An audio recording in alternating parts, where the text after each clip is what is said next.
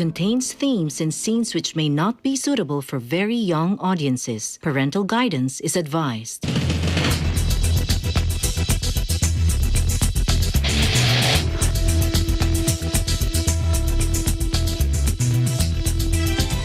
We're working to connect a region of over 600 cultural bridges between our lands.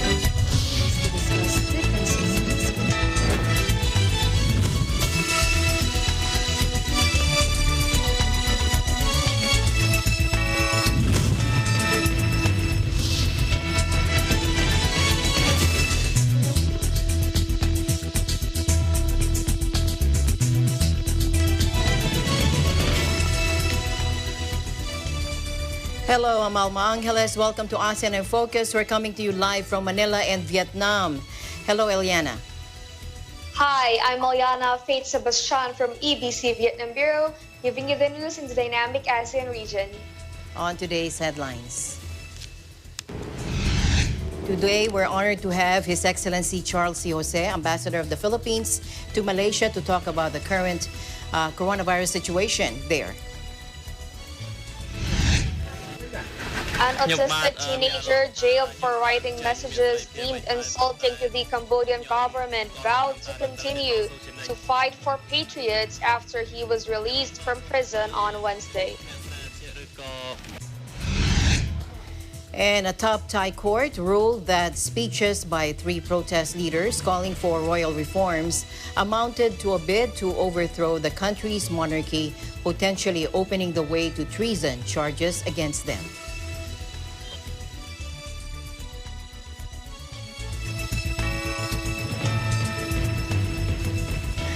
Hello, good afternoon, everyone. We're honored to have on the show His Excellency Charles C. Jose, the Ambassador of the Philippines to Malaysia, to talk about the current situation there in the country. Hello, Ambassador. Good afternoon to you.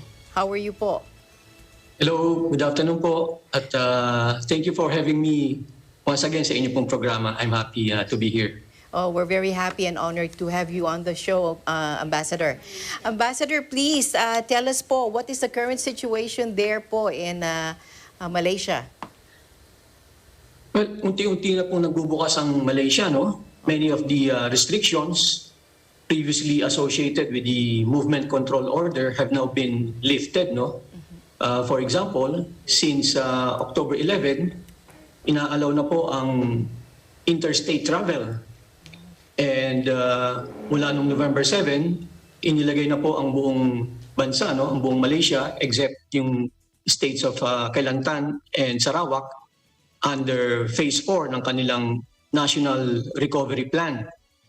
At sa ilalim po ng Phase 4, pinapayagan na po ang lahat ng mga sectors ng economy, public and private, na mag-operate at 100% capacity. Inaalaw na rin po ang mga face-to-face meetings. And Malaysia is able to open up its economy due to its successful national immunization program nila, kung saan 96% ng kanilang adult population ay fully vaccinated na po at 62% ng kanilang adolescents. Mabilis din po ang vaccination rollout. Ano po? Bumilis po. Opo, no? There was a point na nakapag-inoculate sila ng mga, I think, mga 500 persons, no? A day, yun ang pinaka-height ng kanilang vaccination program. Kaya at this point, they have already reached 96% ng kanilang adult population. Current economic situation there, and I was asking earlier about the expanded budget for post-pandemic recovery in Malaysia. Can you tell us more about this, Ambassador? Opo. Yes, opo, no? Nung October 29, present ng Finance Minister sa kanilang Parliament yung kanilang proposed budget for the year 2022. At ito pong proposed budget nila ay nagkakahalaga ng 332 billion ringgit, which is about 80 billion US dollars. At sinasabi nila, dinidescribe nitong budget na to as expansionary budget, and this is the biggest budget ng Malaysia ever, no, to date. At itong 2022 budget ay nahati sa tatlong parte. Merong for operating expenditures, merong for development expenditure, at merong for COVID-19 fund. At ayon sa presentation, priority ng pamahalaang Malaysia ang recovery ng kanilang domestic economy. Dahil po nagsuffer ng severe difficulties ang kanilang domestic economy, hindi lamang po dahil sa COVID-19 pandemic, kundi na rin sa political instability dulot po ng successive changes in government mula po nung nagkaroon sila ng general election noong 2018. At makikita po natin sa kanilang budget ay nagpe-prepare na po sila sa endemic phase ng COVID-19 dahil po ang kanilang Ministry of Health ay nakatanggap ng second largest allocation after the Education Ministry. So that signals na malaking pondo ang inilalaan nila para sa endemic phase ng paglaban nila sa COVID-19 pandemic. What are the plans naman po ng gobyerno dyan for booster shots and vaccines? I think almost everyone is talking about booster shots. Dyan po sa Malaysia, ano po ang plano ng gobyerno? And what about non-Malaysians po? Are they included as well? Po, dahil nga po sa mataas ang kanilang vaccination rate, booster shots na po ang pinag-uusapan ngayon dito, no? Dahil 96%, naka 2 doses na. So ready na po sila na magbigay ng booster shots. Dahil karamihan po nakatanggap ng second dose ng bandang June and July. So malapit na rin umabot yung 6 months. So actually may mga nabigyan na po ng booster shots. Inuna nila yung kanilang medical frontliners at yung mga senior citizens and with comorbidities na nakatanggap previously ng Pfizer. At ready na rin po sila magbigay ng booster shots doon sa mga senior citizens na nakatanggap previously ng Sinovac. Pero sa ngayon po, ang approved pa lang po ay Pfizer vaccine as booster shots. At nakapag-conclude po ang Malaysia ng agreement to procure 88 million doses ng booster shots, which is equivalent to about 140% ng kanilang total population. So talagang ready na po sila na makapagbigay ng booster shots sa buong adult population nila. At nung pong nagbibigay sila ng first and second doses, ay kasama po, no, ang pati mga foreigners at pati nga po yung mga undocumented immigrants ay sinama nila sa kanilang national immunization program. That's good to hear. Opo, so what about for kids po? Meron po bang vaccination rollout for kids as well dyan po sa Malaysia? Meron po, no? May mga up to, I think, not lower than 12 years old ay nabibigyan na rin po nilang ng vaccination laban sa COVID, yung mga kabataan dito. With you said 96% of the population now vaccinated, meron na rin po bang face-to-face classes sa inyo or wala pa po? Inaalaw na po nila, no, yung mga face-to-face meetings. Actually, under nga po nung phase 4, lahat ng business sectors ay inaalaw na po to operate at 100%. Kabilang na po dito yung mga restaurants, no, yung mga kainan. Pwede na mag 100% full capacity ang kanilang operation provided yung employer and all the employees are fully vaccinated. Recently, Malaysia had a change of Prime Minister, as we all know. Can you tell us more about the new Prime Minister of Malaysia po? Opo, no, ang bagong Prime Minister po ngayon dito ay si Dato Sri Ismail Sabri bin Yaakob. Opo. Siya po ang ika-siyam, 9th Prime Minister ng Malaysia. He was sworn in as the 9th Prime Minister on August 21 by the Yang di-Pertuan Agong o yung pong King of Malaysia. Si Dato Sri Ismail Sabri ay 61 years old. He's a lawyer by training. He's a member of the political party UMNO and he's a member of parliament representing the district of Pera in Pahang. And before becoming Prime Minister, he previously served as the Deputy Prime Minister and Defense Minister. So he's a very experienced politician. How is he naman po in handling the present pandemic situation there? Was there a big change po? Opo, no? Pinaka-importante pong nangyari ay nagpirmahan ng Memorandum of Understanding, no? Yung coalition government with the opposition, kung saan, kumbaga, nagtawag sila ng ceasefire. Wala munang, kumbaga, bibigyan ng chance ng opposition na mag-govern si Prime Minister Ismail Sabri. Baga, meron silang supply and confidence agreement. So, until now, nag-hold naman po yung agreement nila, tahimik lamang po yung opposition. But it remains to be seen kung hanggang kailan po yung ceasefire na kanilang napirmahan. And of course, I won't forget to ask po, no, kumusta naman po ang ating mga kababayan dyan at ang kalagayan nila?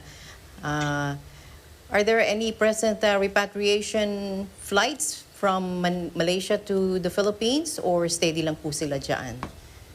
Well, with the reopening of the Malaysian economy, marami po sa mga kababayan natin na previously na layoff, hopefully they'll be able to return to their previous jobs, no? At well, nag-resume na rin po yung mga regular operations ng ating mga airlines, kaya hindi na po kami siguro kailangan pa mag-mount pa ng repatriation flights. So with the airlines, normal flights na po? What are required po and borders are open? Well, hindi pa po regular, no? I think for example, yung Philippine Airlines, every Saturday lang po yung flight sila. Opo. Karamihan nito yung mga pauwi dahil close pa rin po yung borders ng Malaysia sa foreign tourists. Ang inaalaw lang po nila pumasok ay those foreigners holding valid long-term passes, including employment pass, yung mga professional pass. Opo. Kung meron kayong hawak na valid na employment pass, pwede na kayong bumalik sa Malaysia without prior approval ng kanilang Malaysian immigration. Last night po, sir, I was able to include in the news, Malaysia and Indonesia po plan to start their vaccinated travel lanes between Kuala Lumpur and Bali, according to a joint briefing by the Prime Minister Ismail Yaacob and President Widodo po. So Malaysia and Singapore will also commence soon on November 29 quarantine-free travel. Can you tell us more about this bright spot in tourism and aviation po? Opo, no? For example, between Malaysia and Singapore, meron silang proposal nga po, parang bubble between KL International Airport and yung Changi Airport ng Singapore. They're still working out the details, but this is a very hopeful indication that we will be finally able to cross borders, no? Opo. And this will mean a lot in terms of tourism, for example. Yes. And another model that we're looking at, yung pong ginagawa ng Thailand, Yes. they've opened 3 international airports na walang quarantine. You just have to stay there for 1 night para mag-undergo ng COVID test. If the test result comes out negative, then malaya na pong pakalabas, no? So titignan po natin ito how well these initiatives will work out. Kung magiging successful, then it's something that we can also maybe follow. Opo. Yung pong vaccinated travel lanes between Jakarta and Bali, ito po ba, hindi ko po alam kung, I'm not sure if this is only in Bali or can they go around Malaysia po? Indonesia, in Bali only, pero kung Indonesia and to Malaysia po, are they able to, will they be able to go around Malaysia or isang lugar lang din po? Hindi ko pa napapag-aralan po yung detail, no? Maski yung between uh, Singapore and Malaysia. Aside from it's a bubble between airports but presumably once they undergo testing and the results come out negative, I think they're free to go out and go anywhere within the country. Kailan pa po nating pag-aralan mabuti yung details po, no? Dito sir, before you enter malls and shopping centers, mga groceries, they ask you for your vaccination cards. Diyan din po ba? Ganyan din po? Opo, pang mga fully vaccinated lang talaga, yung mga inaalaw na to enter establishments, malls and restaurants. So meron na kaming dito na centralized, no? Parang national level na vaccine certificate na pwedeng ma-scan sa QR code at makikita naman kung status ng vaccination. Ambassador, recently I saw you sa Lingap, Aid to Humanity diyan po sa Malaysia. Can you tell us more about this po? When you greeted Brother Eduardo Manalo, our INC Executive Minister din po. We saw you on the video. Can you tell us more about this Aid to Humanity that happened there po? Ano pong nangyari? Recently, nag-undertake ng itong worldwide initiative ng Iglesia ni Cristo, kanilang Aid to Humanity. Yes. At dito nga po sa Malaysia, ay meron din silang inilunsad, no? I was part of the parang ceremony, yung turnover ceremony nila sa embassy, and we identified the beneficiaries, no, dito sa KL area and hanggang Johor, kung sino pwedeng mabigyan itong mga relief goods and care packages na provide ng Iglesia ni Cristo. And I would like to take this opportunity again para pasalamatan ang Iglesia ni Cristo para sa kanilang generosity, no? At tulong nila sa mga kababayan natin dito sa Malaysia, which augments yung effort din ng embassy para mag-provide ng welfare assistance sa ating mga kababayan dito. Going back to tourism, Ambassador, can I ask po, could you tell us how tourist spots survived during the 1.5 years na na lockdown? I'm sure the effect went down to individual household spending and spending capacities of tourist workers. Well, dito po nagsuffer din talaga ang tourism industry and mga related businesses, no?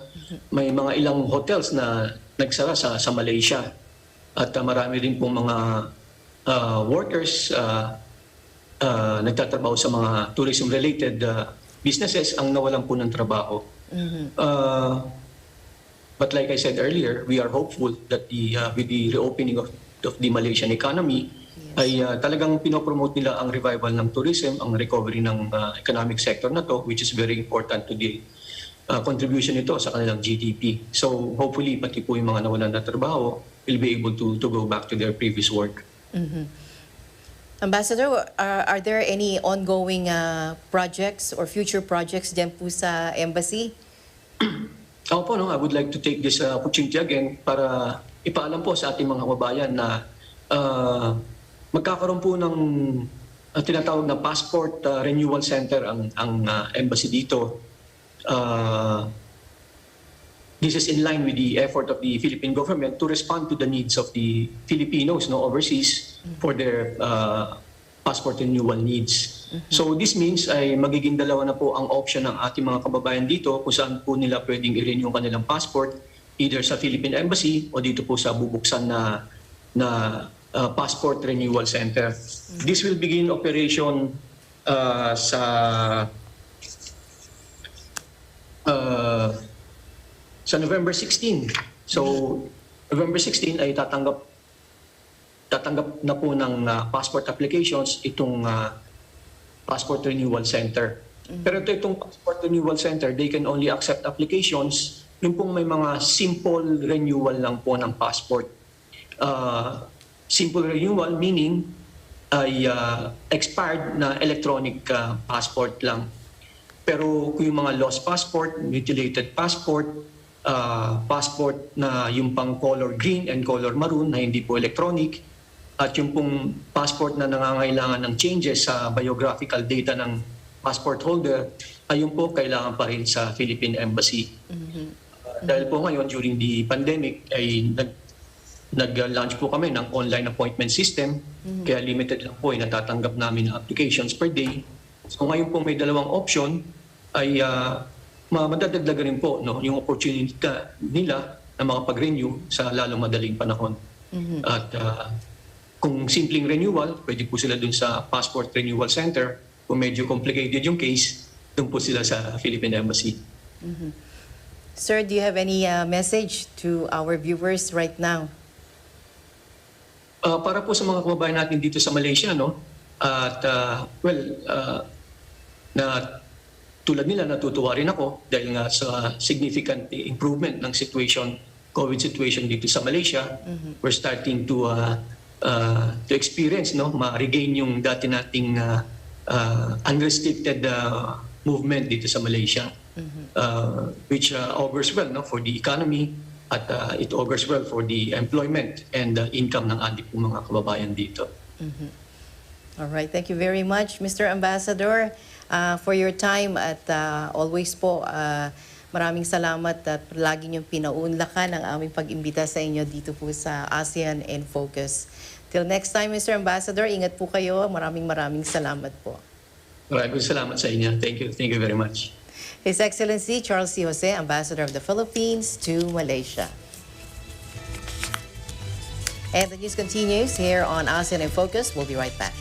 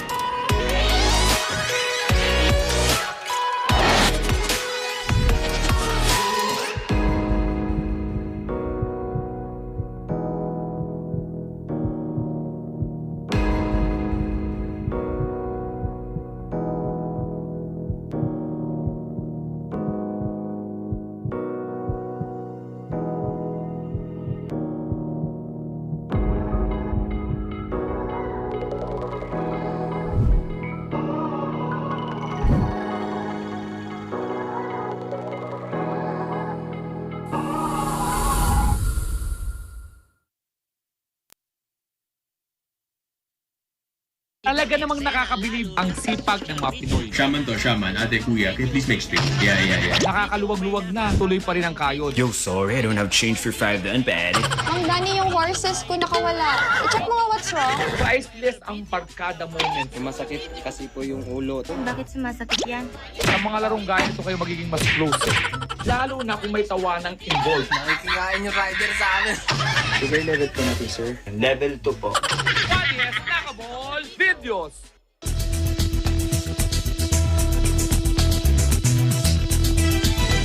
Welcome back to ASEAN in Focus. A top Thai court ruled Wednesday that speeches by 3 protest leaders calling for royal reforms amounted to a bid to overthrow the country's monarchy, potentially opening the way to treason charges against them.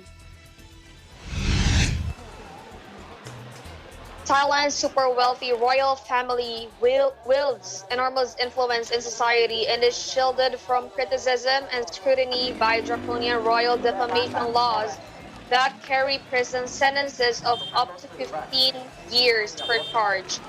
During major street demonstrations in August last year, Pandasaya City Jira Watanapu, widely known by the nickname Rung, read out a list of 10 demands including more transparency of royal finances and the abolition of least majest laws.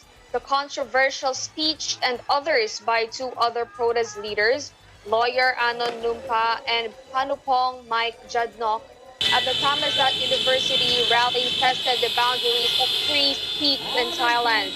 On Wednesday, the Thai Constitutional Court ruled that the speeches aim to overthrow the constitutional monarchy.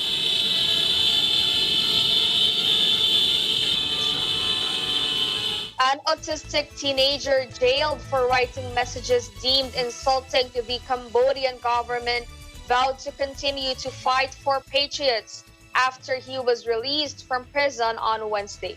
Let's watch this.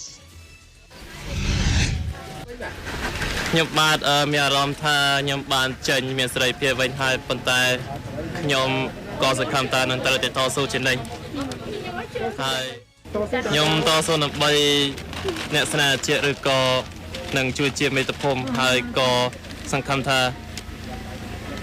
ឲ្យប្រទេសកម្ពុជាយើងនឹងត្រូវនឹងជារីកចម្រើនដើម្បីឲ្យរួបរวมជាកម្ពុជាយើងទាំងអស់ខ្ញុំសូមឲ្យខ្ញុំសង្ឃឹមថានឹងមានអ្វីឲ្យមានសេរីភាពឡើងវិញហើយក៏សង្ឃឹមថានឹងឈានទៅមុខតទៅទៀត ខ្ញុំសប្បាយចិត្តមែនតើដែលបានមានសេរីភាពក៏ប៉ុន្តែក៏ថាទីពីរក៏មិនសប្បាយចិត្តម្យ៉ាងដោយសារគាត់នៅជាប់ខំឬក៏ថានៅការតាមដានរបស់តុលាការនៅឡើយមិនមែនអញ្ចឹងមិនមែនថាទម្លាក់រកការចោទទាំងអស់ទេអត់ទេនេះគឺគេហៅថាជាប់គុកអត់ចិញ្ចៀងចេញពីគុកមិនចិញ្ចៀងជាប់អត់ចិញ្ចៀងចា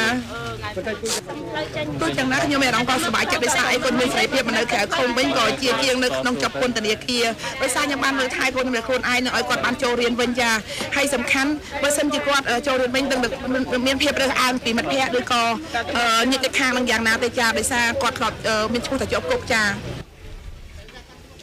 Released on Wednesday, the teenager walked out to his tearful mother and a handful of supporters who put flower garlands around his neck.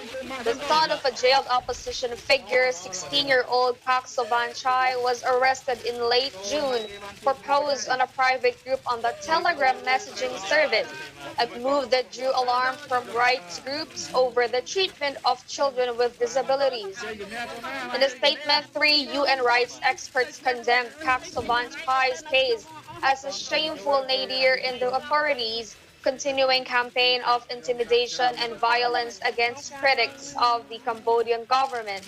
Strongman leader Hun Sen is one of the world's longest-serving leaders and has been in power for 36 years, during which critics say he has winded back democratic freedom and used the court to stifle opposition.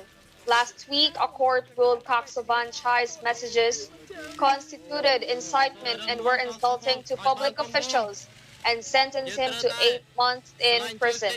He had already been in custody for 4 months, and the remainder of the term was suspended for 2 years.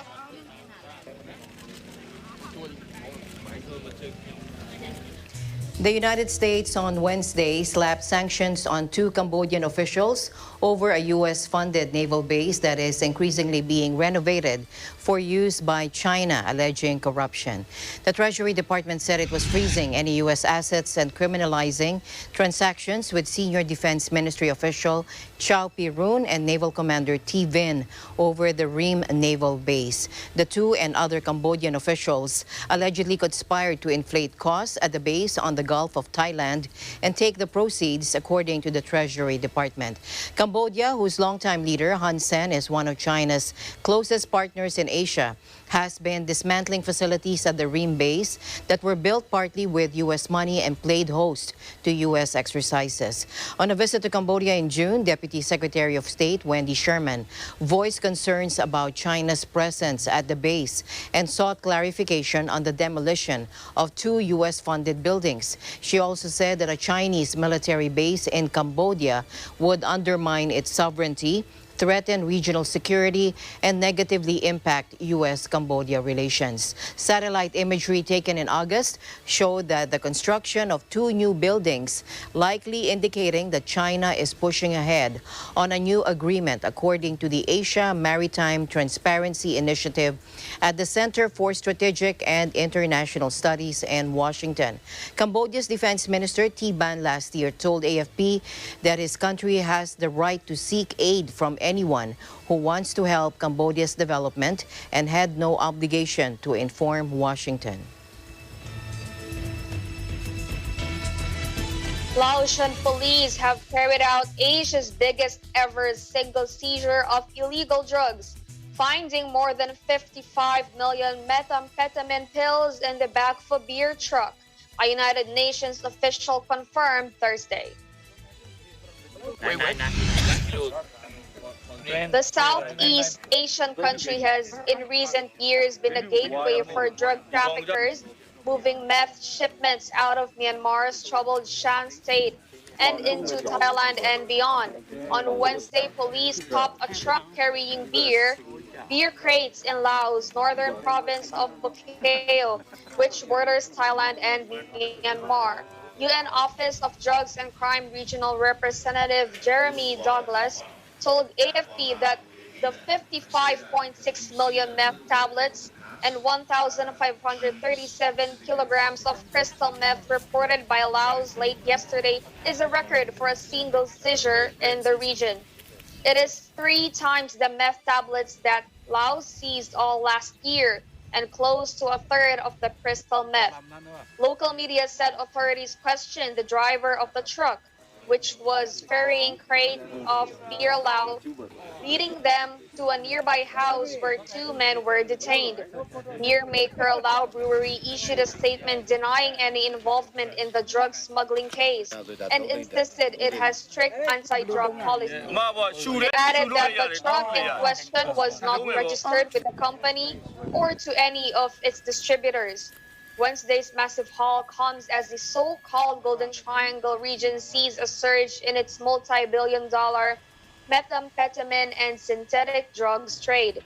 Myanmar's Shan state remains the main source of the meth, which is often smuggled onto wealthier overseas markets, such as Australia and Japan, and its more potent crystallized form. Experts say the February coup, when the Myanmar military ousted civilian leader Aung San Suu Kyi from power, and the country's subsequent economic collapse have exacerbated the problem.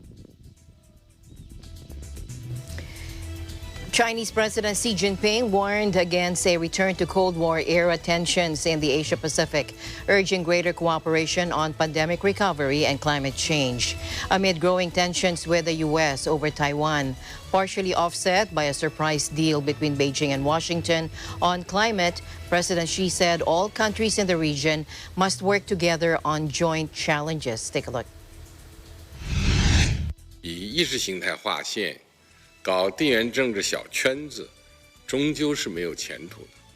亚太地区不能也不应该回到冷战时期的对立和割裂状态。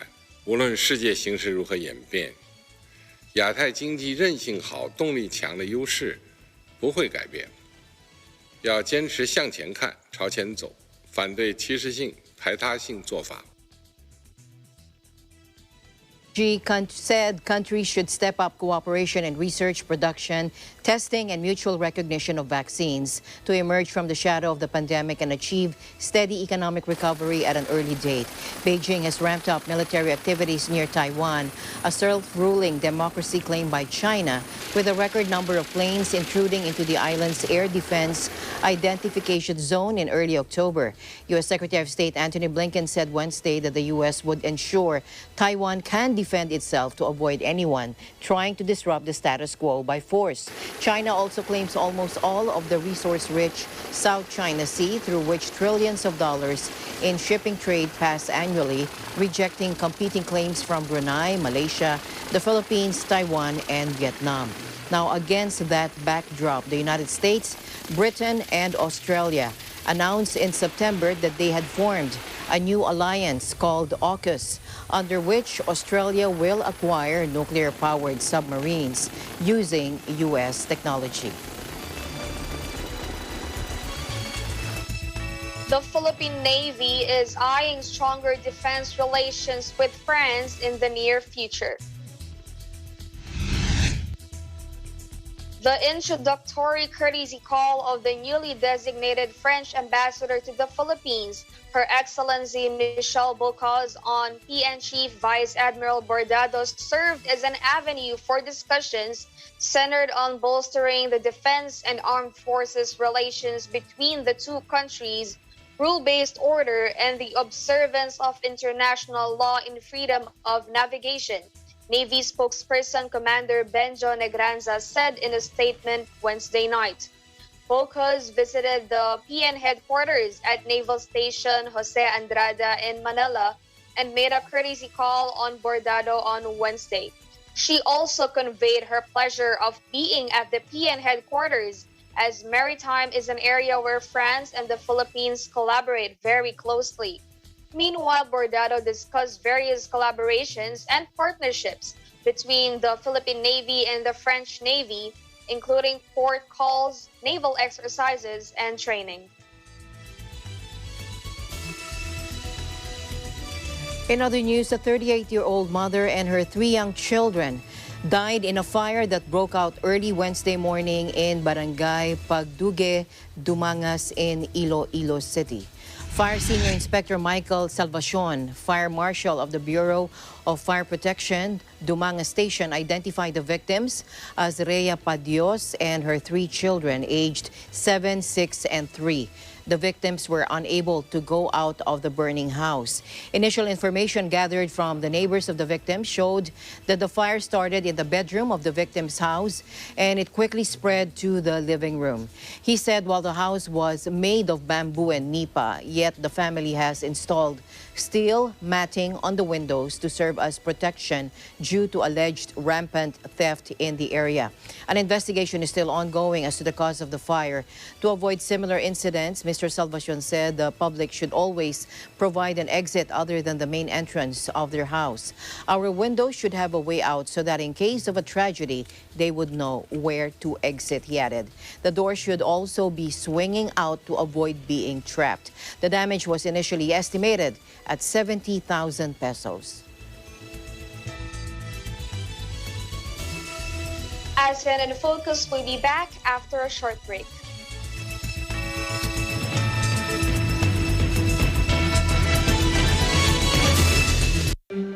Alam namin ang iyong pagsisikap. Dama namin ang iyong mga sakripisyo. Kita namin ang pagharap mo sa bawat pagsubok. Kaya sa kabila ng mga hamon ng buhay, nandito kami para umalalay. Kasi katulad mo, gusto rin namin ang magandang bukas para sa kanya. Hatid namin ang dekalidad na edukasyon at makabagong pasilidad sa abot kayang halaga. Kaya huwag ka na mangamba. Sasamahan ka namin tuparin ang mga pangarap niya.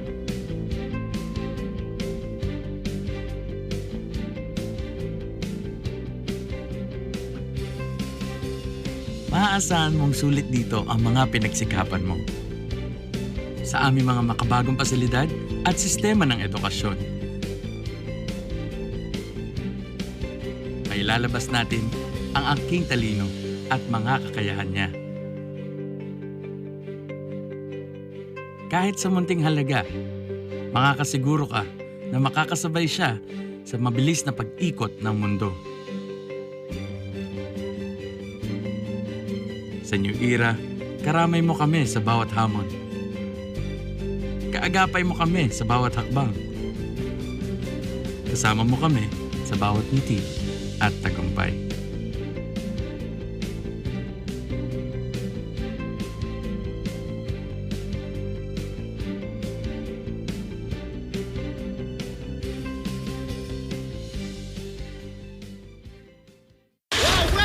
Welcome sa pinakabagong game show ng Net25. Maraming salamat po sa napaka-init na pagtanggap niyo sa akin.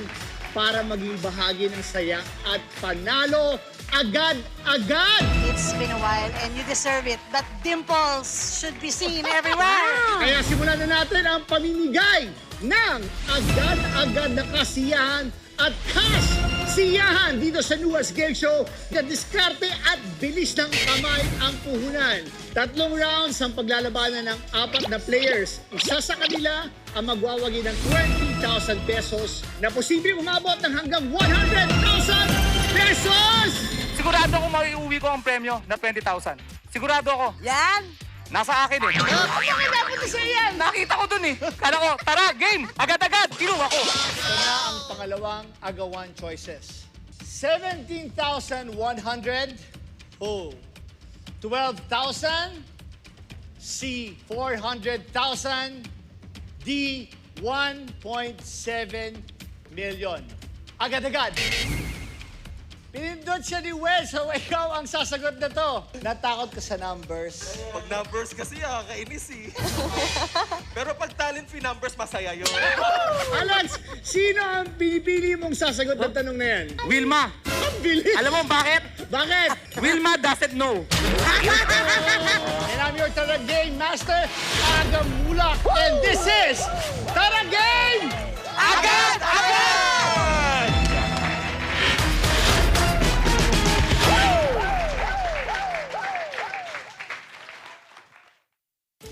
Isa ang Southeast Asia sa nangunguna sa industriya ng supply chain management. Ngunit dahil sa COVID-19 crisis na apektuhan ito, government restrictions have led companies to suspend operations and shut down factories. This is all happening while the manufacturing sector is already struggling with rising raw material costs. Paano nga ba makakabangon ang mga kumpanya? In this episode, we'll find out with our guest, Mr. George Santiago, General Manager of RS Components, as we discuss supply chain resiliency. Companies should start with adopting digital transformation.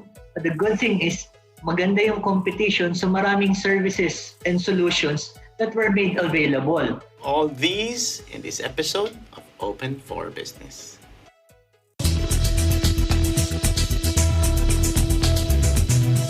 Welcome back. Indonesia and Malaysia on Wednesday agreed to launch a vaccinated travel lane between the two countries in stages. Indonesia and Malaysia have agreed to introduce a travel corridor between them on a gradual basis, starting with key areas like capital cities and the holiday island of Bali.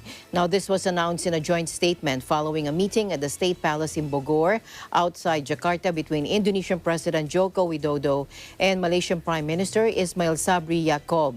Mr. Ismail, who arrived on Tuesday and will be in the Indonesian capital until today.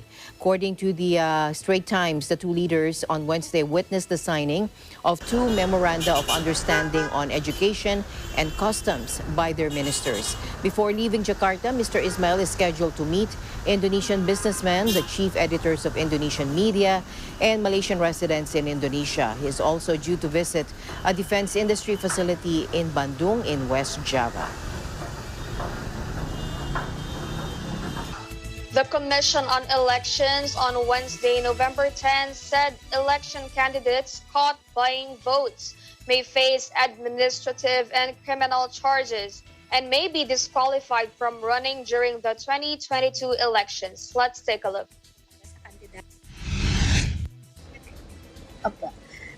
Para po sa mga kandidato, dalawa po yan eh. May administrative aspect po yan. Yun po yung sa parte po yun ng COMELEC, so maaari po silang ma-disqualify. Meron din po itong criminal aspect. Yun po is pag meron pong naghain din ng nag-file ng kaso against them for vote buying nga. That is a criminal offense na po, at pag doon na po sa criminal aspect, pwede po silang makakulong doon.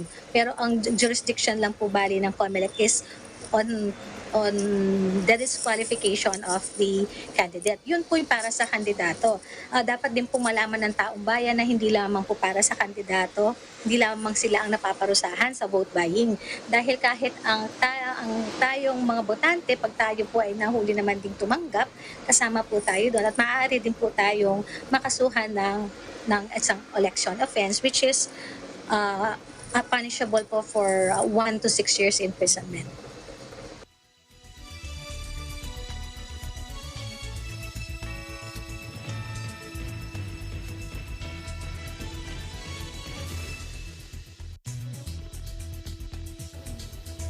Now, Fitch Solutions has revised upwards its 2021 growth forecast for the Philippines following the higher than expected domestic output in the third quarter of this year, but slashed its next year's projection because of remaining risks. In a report, the unit of Fitch Group now projects the domestic economy to grow this year by 4.5% from 4.2% earlier and by 6.5% next year from 6.8%. This after the GDP expanded by 7.1% in the third quarter, which surpassed expectations. To date, the domestic economy's average output stood at 4.9% within the government's 4% to 5% target band for the year. Fitch Solutions said the economy grew by 3.8% quarter on quarter from July to September this year due to the easing of movement restrictions.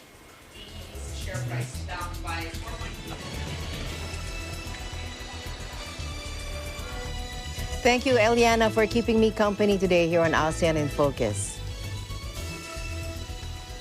Thank you, Alma. And I would like to take this opportunity to greet my sister who will be celebrating her birthday tomorrow. Happy birthday, Ate Faye. I love you so much. And that is the latest news in the ASEAN region. Once again, I'm Eliana Faith Sebastian from EBC Vietnam Bureau, and we live in interesting times. Happy birthday, Ate. Thank you very much for joining us. We'll see you back tomorrow, same time, same place. I'm Alma Angeles. We live in interesting times.